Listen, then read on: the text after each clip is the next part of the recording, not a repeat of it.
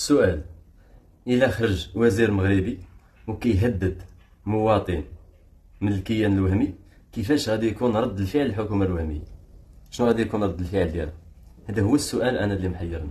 وزير مغربي خرج هدد مواطن من الكيان الوهمي، شنو غادي يكون رد الفعل ديال داك الكيان؟ راه ضروري ومؤكد غادي تخرج الحكومة ديال داك الكيان وغادي تندد وغادي تطلب تفاسير من الحكومة المغربية.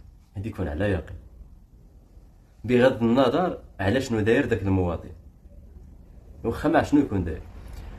ولكن المثير للجدل ملي كنلقاو بطل مغربي خرج بمجرد تغريده، ما سب حد، ما هان حد، ما مجرد سؤال طرحو، وكيتهدد بالقتل من وزير كيان وهمي.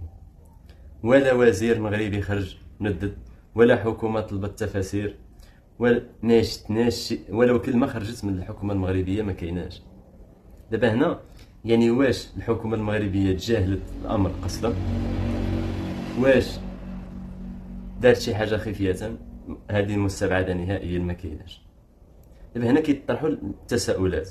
واش واحد الناس اللي حنايا كننظموا ليهم احتفالات كبيرة، مواسم كبيرة بالأمن المغربي، البوليس المغربي والدولة المغربية كدير بكل ما في جهدها باش توفر ليهم وسائل الراحة ملي كيجيو يقوموا بالهيولة ديالهم، يعني عدة مواسم كيديروا، وملي كيخرج وزير ديالهم ما كيقيمش وزن لذاك المعاملة د المغرب معاه.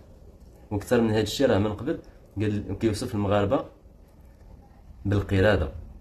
ولا وزير خرج وكيندد على داك الشيء، ولا حكومة هضرت وطلبت استفسار على ديك الهضره، ما كاينش.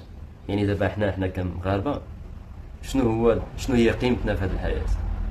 شنو هو الدور ديالنا؟ شنو هو المستوى ديالنا قدام داك الكيان الوهمي هذاك؟